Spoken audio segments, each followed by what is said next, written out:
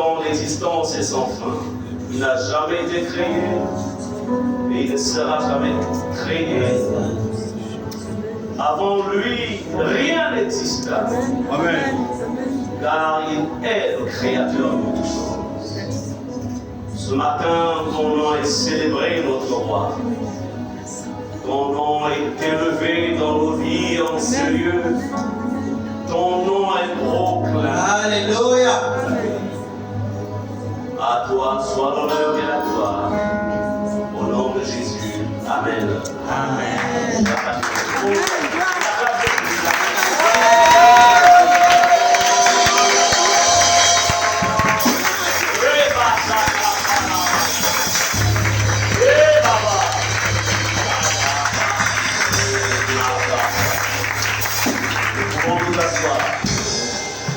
Notre Dieu est un Dieu infiniment bon. Nous l'aimons parce qu'il est celui qui nous a aimés le premier. Et il nous aimera toujours car il est un Dieu d'amour. Alléluia. Dis à celui qui est à côté de toi, tu es la merveille de Dieu. Alléluia. Voilà.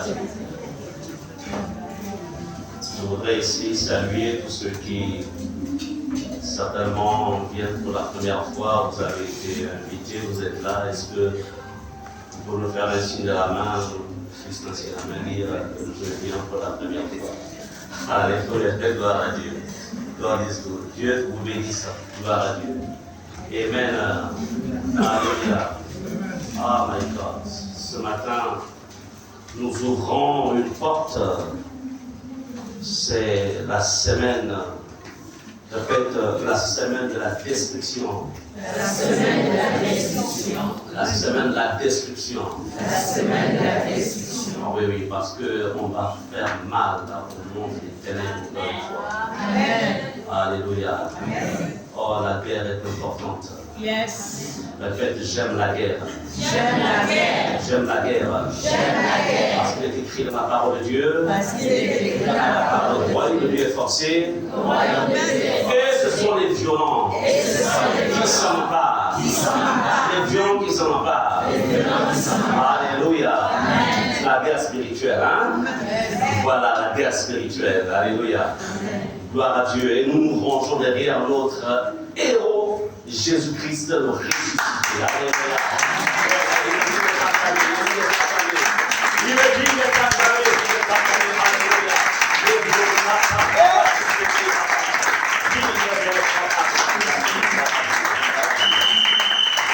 Gloire à Dieu.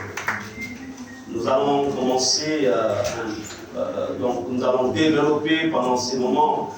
Il ne va pas se mettre question de développer, mais il sera aussi question d'arracher. Répète, arracher. Arracher. Yes. Il sera question d'arracher. Il sera aussi question de récupérer. Répète, récupérer. Récupérer. Il sera question de récupérer. Yes. Alléluia. Il faut aussi dire, il va être question d'abattre. Il va être question d'abattre. Il sera question d'abattre. Il sera question d'abattre. Oui, nous sommes appelés à abattre. Alléluia. Amen. Oh, papa. Merci Seigneur. Bien aimé, je voudrais ici, nous allons parler ce matin de ce thème aussi important qui s'intitule « Vaincre les esprits des forêts ». Est-ce qu'on peut répéter ensemble « Vaincre les esprits des forêts ». Vaincre les esprits des forêts. Ok, merci de murmurer, mais est-ce qu'on peut le dire avec force? Vaincre les esprits de forêt. Voilà, c'est comme ça que les héros parlent. Alléluia. Yes, c'est ça la vérité. Vaincre les esprits des forêts. Voyez-vous, chacun d'entre nous, tant que nous sommes ici dans cette salle, nous sommes rattachés à une source. Quand je parle de source, je parle ici de l'histoire de ta vie. Si je te pose la question ce matin, ton placenta, où est-ce qu'il a été enterré? Et si je te pose la question, ton cordon médical, lorsque tu es sorti du sein de ta mère, où est-ce qu'il a été planté? Essayez de poser la question certainement à maman. Ok, il y a certains qui sont nés à l'hôpital général, puis ensuite cela, même si certains, on les appelle comment, des mamans qui, des femmes, même si c'est une sage-femme qui a récupéré, mais qu'a fait-elle de ton cordon médical? La vérité, c'est que ça rentre quelque part. Est-ce que nous comprenons cela? Tous autant que nous sommes rattachés à une source. Nous sommes des peuples. L'histoire nous dit que nos ancêtres, en fait, ne vivaient que de cueillettes. C'est ça? Des chasses, hein? Chasse, pêche, cueillette. Est-ce qu'on est ensemble? Alors, qui dit chasse, dit forêt. Cueillette, c'est la même chose. Pêche, dit les eaux. Donc, nous sommes en fait la descendance où nous appartenons à un peuple qui est rattaché soit au monde, soit aux eaux, soit à la forêt. Au-delà du modernisme, même si aujourd'hui on mange des poulets qui passent 2 mois dans les containers, qui nous viennent de quelque part, mais ça n'annule pas l'histoire de ce que tu fais. Est-ce qu'on est ensemble? Alors, si ta source a été empoisonnée, si je peux dire ça comme ça, c'est le meilleur mot que je trouve. Si ta source n'est pas bonne, en fait, elle va impacter ton présent et ton futur, jusqu'à ce que tu règles cela. Et quand je parle, ça va t'impacter, il n'y a pas que toi, ça impactera tes enfants, ça impactera les enfants des enfants, jusqu'à la 4e génération. Amen.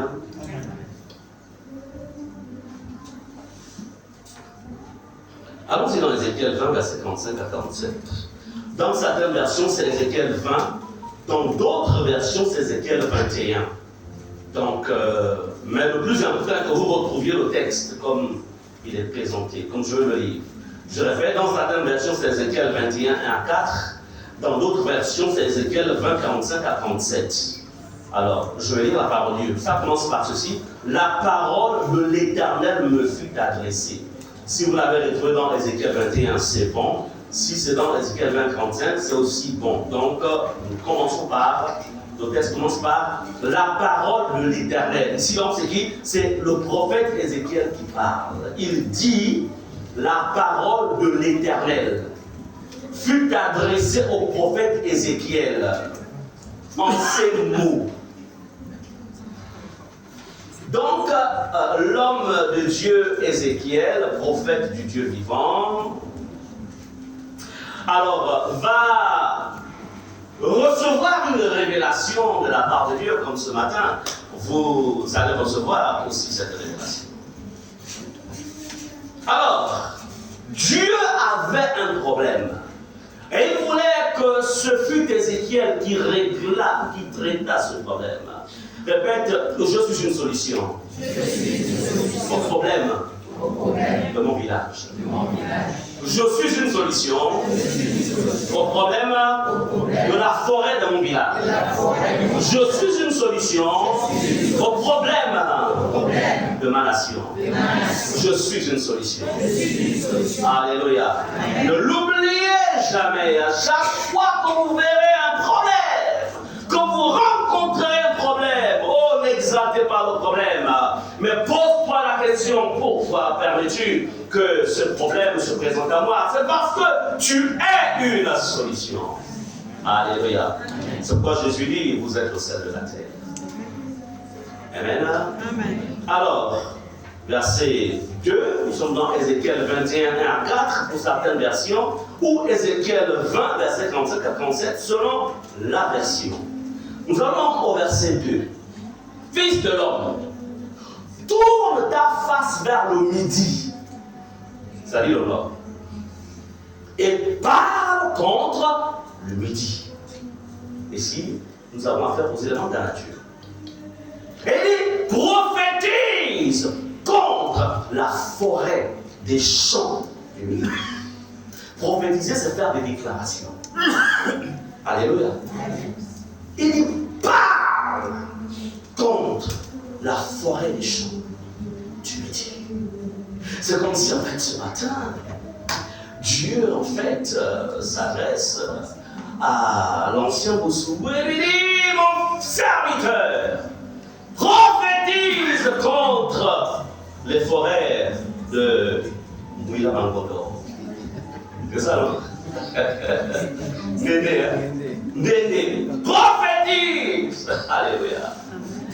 Ensuite, il va chez l'ancien Persan et dit, mon serviteur, prophétise contre les plaines de quoi encore? Parce que là, c'est plus les plaines, hein? De l'économie.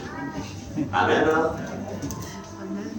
Chacun d'entre nous, dans nos villages, nous avons soit des forêts, soit des plaines. Prophétise. Dieu, en fait, pourquoi parle-t-il à Ézéchiel? Pourquoi demande-t-il à Ézéchiel de prophétiser contre? Parce qu'en fait, il fallait une solution. Il y avait un problème. Ici, il n'est pas question en fait de la forêt naturelle. Non. Il parlait de la dimension spirituelle des forêts. Amen. La dimension spirituelle. Derrière une forêt naturelle, il y a la dimension spirituelle de la forêt. Derrière les eaux, il y a une dimension spirituelle des eaux. Derrière un désert, il y a la dimension spirituelle du désert. Derrière la plaine naturelle, il y a une dimension spirituelle des plaines.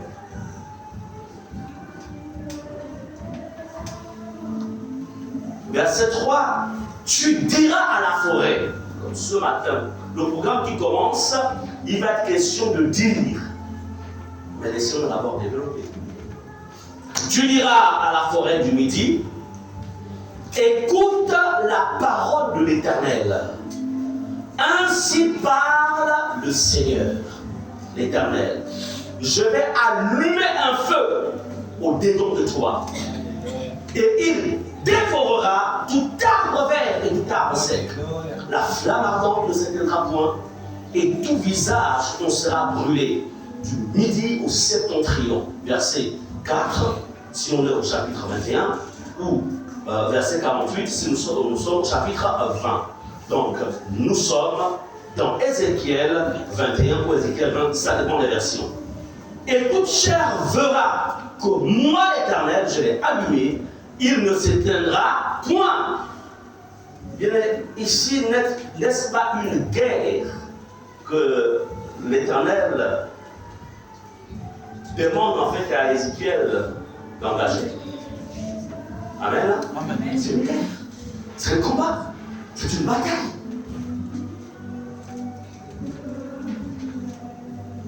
Je voudrais encore une fois vous dire ce matin, je vais vous développer le mystère des forêts, si je peux dire ça comme ça. L'impact que les forêts ont sur les vies de plusieurs. Libreville, ce n'est pas chez nous pour certains. Et même les habitants de Libreville, de l'estuaire. Tous nous sommes venus de nos provinces, soit pour les études, après c'est le travail. Mais nous avons d'abord des autres origines.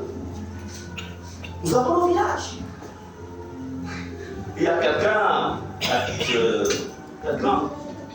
fais une cure d'âme, mais la personne a évolué en France, elle est en France. Et pendant que nous échangions, elle me dira qu'elle ne maîtrise vraiment pas l'histoire, en fait, parce qu'en fait, elle a grandi là-bas, en fait, elle ne maîtrise pas l'histoire. J'ai dit, il est important que tu connaisses l'histoire, en fait, de ton village. C'est-à-dire que là, tes parents viennent, parce qu'en fait, c'est rattaché à toi. Donc, même si nous nous délocalisons dans le temps, il est important de connaître l'histoire. Amen. Amen. Chers parents, mais si vous êtes déjà parents et que vous ne connaissiez pas l'histoire de votre famille, s'il y a encore un grand-parent qui vit, un oncle qui vit, une tante qui vit, va vers ce dernier et dis-lui de te raconter l'histoire de ta famille. Parce que s'ils disparaissent et que dans le temps tu as des problèmes, tu auras du mal à solutionner tes problèmes. Pourquoi? Parce que tu n'as aucune généalogie. Aucune généalogie. Est-ce que vous comprenez cela?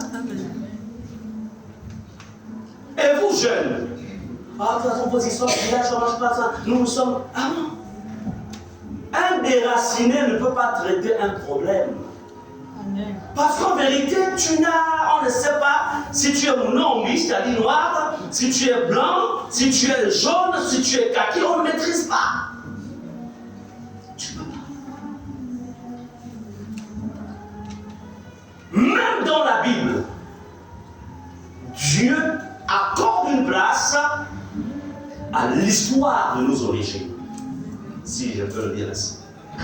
Excusez-moi. On combat. Amen.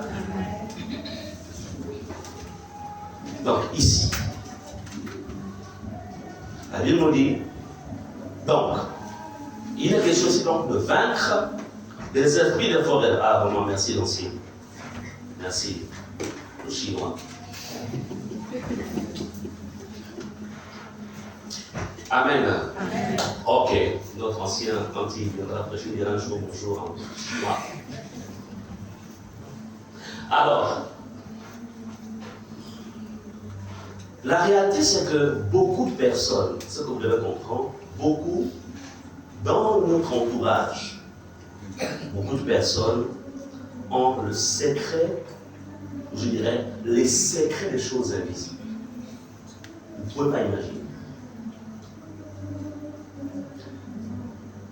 Beaucoup de vos voisins, de vos amis, ont les secrets des choses invisibles.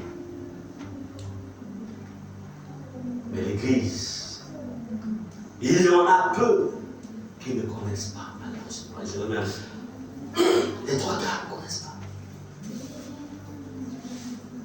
Ne maîtrisent pas les secrets des choses invisibles. J'ai l'habitude de dire que le véritable disciple de Jésus, en fait, est rattaché à une science. Moi, j'appelle le christianisme une science spirituelle que Jésus est venu relâcher sur la terre. Je ne prends pas le christianisme comme une religion. Je prends le christianisme, en fait, comme un ensemble de connaissances spirituelles divines que le Maître Jésus est venu mettre à la disposition de ceux qui croiront en lui. Alléluia.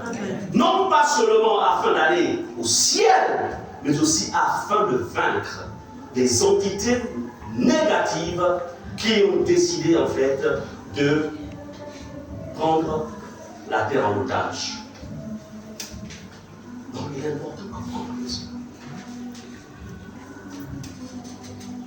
Et ces personnes-là qui maîtrisent ou qui ont le secret des choses invisibles ont la capacité de manipuler les esprits. Là, nous sommes dans le monde de la forêt.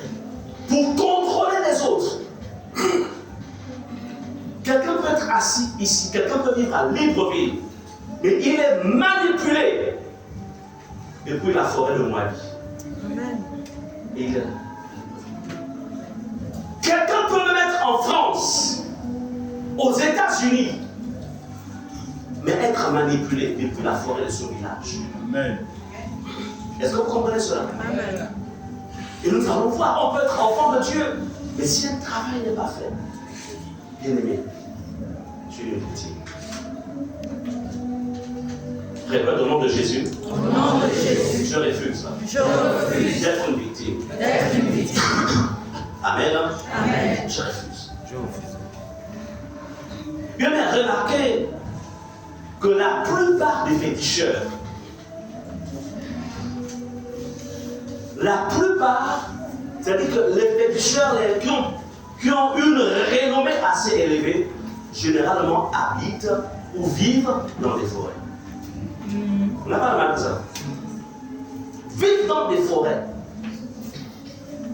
La personne a besoin, par exemple, chez Charlie-de-Ville ou bien dans les environs, ça n'a pas demandé, écoute-moi, je t'amène quelque part.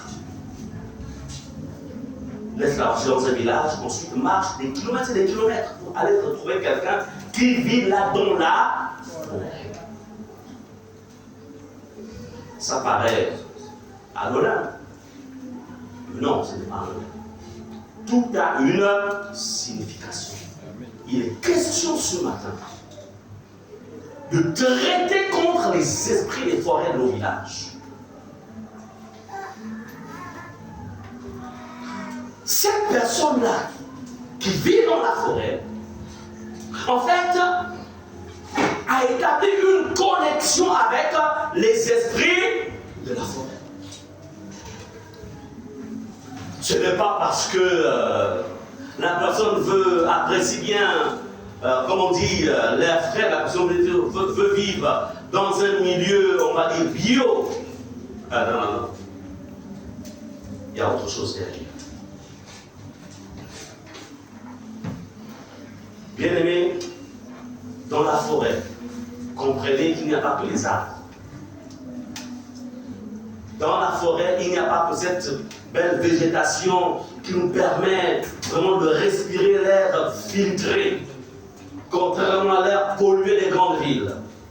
Comprenez que dans la forêt se cachent des esprits méchants. Dans les forêts de nos villages se cachent des esprits méchants. Et ils y vivent. C'est pourquoi on appelle souvent la forêt la faune sauvage. Et d'ailleurs, vous remarquerez que les animaux de la forêt sont plus méchants que les animaux domestiques. Plus méchants. Je voudrais ici que vous compreniez en fait que dans le monde de la forêt, il y a une autre dimension d'esprit méchant qui opère dans la forêt, dans nos forêts. Il y a une autre dimension d'esprit méchant. Ce ne sont pas les mêmes esprits qui opèrent dans les eaux, ce ne sont pas les mêmes esprits qui opèrent dans la sphère des airs. Chaque sphère a un type d'esprit. Amen. Et en tant que fils de Dieu, tu dois le savoir. Tu es un combattant. Tu dois le savoir. Répète et dis, Seigneur Jésus. Seigneur Jésus. Accorde-moi la révélation. Accorde-moi la révélation. Par rapport à ce message. Par rapport à ce message. Amen. Amen. Bien-aimés, posez-vous la question. Pourquoi y a-t-il des forêts entièrement consacrées? Il y a des forêts qui sont consacrées en fait à un type de, à une tribu.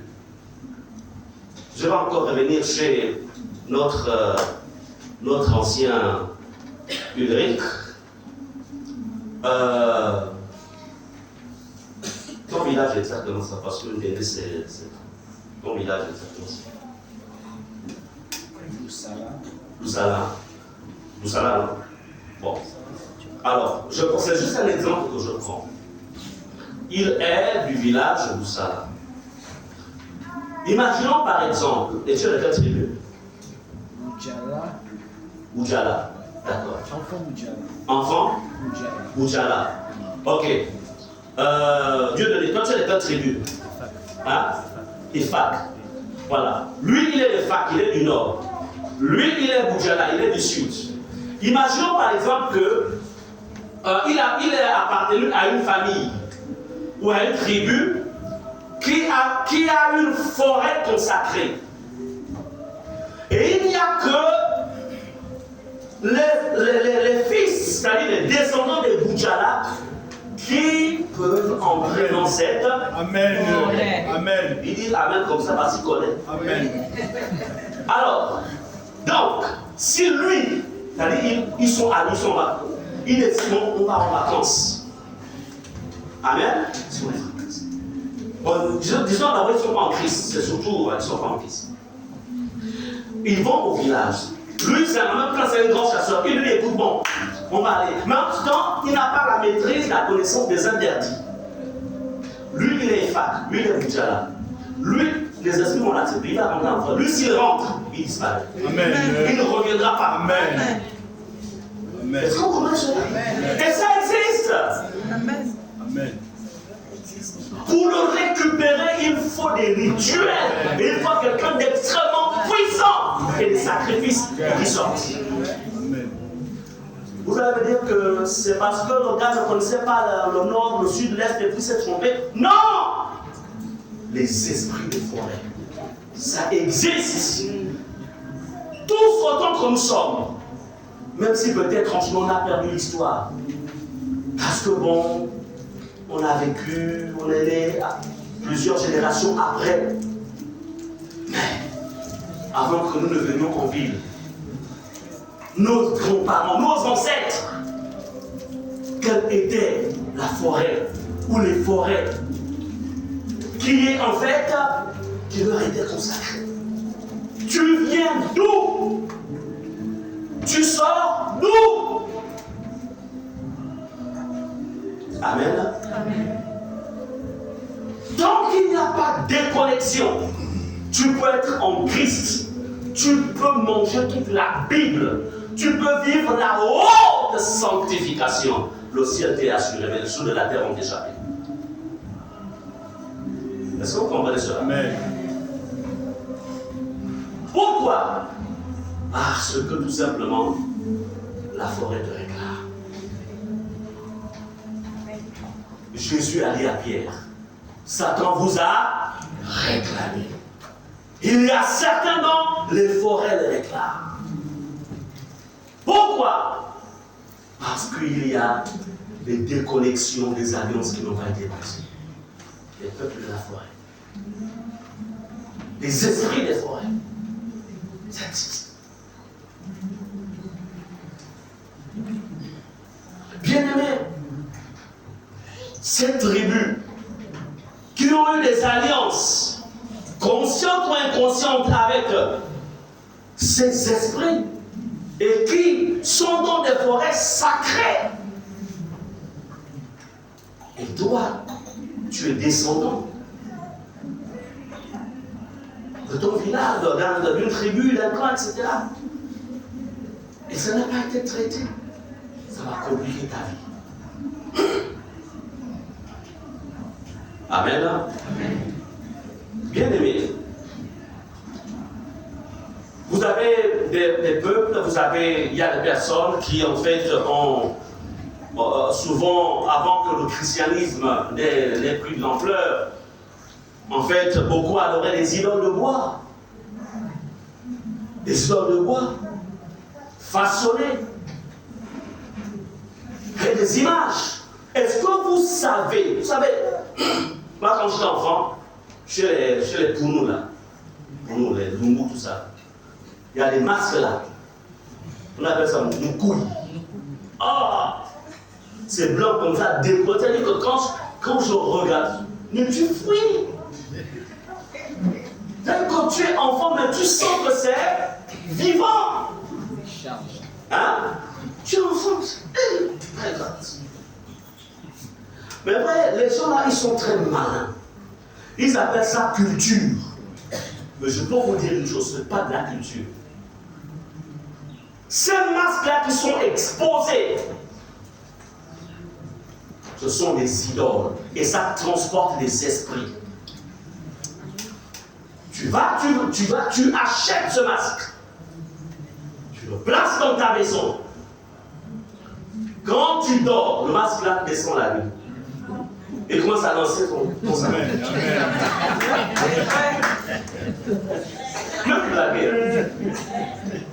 Et quand il est 5 heures, il se retire. Amen. Il se remet. Amen.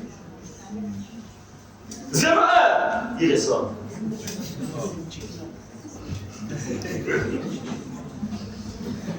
Je sais que je raconte l'histoire de manière un peu amusante, mais je vous dis ça.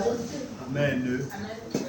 Tous ceux qui proviennent de nos villages ont toujours ce que j'appellerais en fait, il y a toujours un lien avec quoi? Tu peux t'asseoir ici devant, puisque il y a toujours un lien avec le spiritisme. Vous comprenez cela?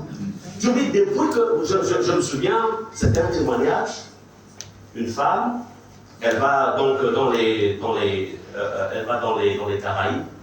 En fait, elle va en vacances. Et puis, bon, elle décide en fait d'acheter des souvenirs, donc tout ce qui est culturel. Donc, elle achète quelque chose, une forme de poupée, mais selon la culture en fait des gens des îles. Donc, elle achète la chose pour elle, en fait, c'est juste un souvenir, en fait. Elle prend et elle amène cela chez elle. Donc, elle revient dans son pays, elle met ça dans le salon. Ça faisait beau, en fait, c'était super. Et à partir de là, en fait, des problèmes ont commencé à se produire dans sa maison. Elle ne comprenait pas. Elle appelle un homme de Dieu qui vient, et l'homme de Dieu, en fait, identifie que le problème en fait venait de ce souvenir en fait, ce souvenir qui avait une forme culturelle, c'est la culture. Et cet homme de Dieu avait décidé de dormir en fait dans cette maison. Dans la nuit, l'esprit va partir de cet objet. Écoutez, cet objet, elle l'a acheté au marché. Un peu comme ici, nous avons environ village artisanal. Elle n'a fait qu'acheter. Elle n'était pas parentée avec la personne qui a produit ça. Mais la personne qui a produit savait ce qu'elle avait mis là-dedans. Dès qu'elle a pris. Vous savez, il y a des entités dans ces choses. Quand vous prenez, ça vole votre énergie. Ça peut voler l'énergie en fait de la paix conjugale, l'énergie en fait de votre travail. Ça vole tout. Elle a commencé à sombrer. L'esprit qui était dans ce souvenir, qui paraissait donc, il va attaquer l'homme de Dieu dans la nuit. Combat. Et béni soit le Seigneur que Jésus triomphe toujours. Et au petit matin, l'homme dit à la femme, ça là, ce n'est pas un simple décor. Il y a un esprit des îles à l'intérieur. Alors, pour brûler cet objet-là, c'était compliqué. Même le feu avait du mal à embraser. Mais comme Dieu triomphe toujours, ça finit par s'enflammer. Vous comprenez cela? Vous savez, la connaissance, c'est quand je vous donne la connaissance au nom du Seigneur Jésus. Cette femme priait, même parce qu'elle était ignorante, elle ne savait pas que l'esprit qui causait des soucis dans la maison était rattaché à quoi? À cet objet. Faites attention quand vous voyagez. On n'achète pas n'importe quoi. Faites attention. Soyez conduits par le Saint-Esprit. Amen. Amen. Soyez conduits. Un jour, je me retrouve quelque part, je vois un jeune avec un t-shirt et sur son t-shirt il y avait un masque de mort. Ouais, est-ce que le petit là c'est ce qu'il porte? Non, tu peux. Je lui ai dit, mon petit, tu sais ce que tu as sur toi là? Tu as porté la mort. Comment ça? Mais le t-shirt que tu as là, c'est pas un t-shirt simple. Il y a une charge à l'intérieur. Ah bon, oui. Il faut aller brûler ça. Même ce que vous achetez à vos enfants, faites attention. Même vos propres vêtements. Faites attention. Il faut faire attention. Les griffes là, les griffes. Derrière les griffes, qu'est-ce qu'il y a derrière dans la maison? Je ne parle pas des griffes des lions, je parle des griffes de la mode. Hein? Voilà la marque. Parce que, voilà. Il y a quoi?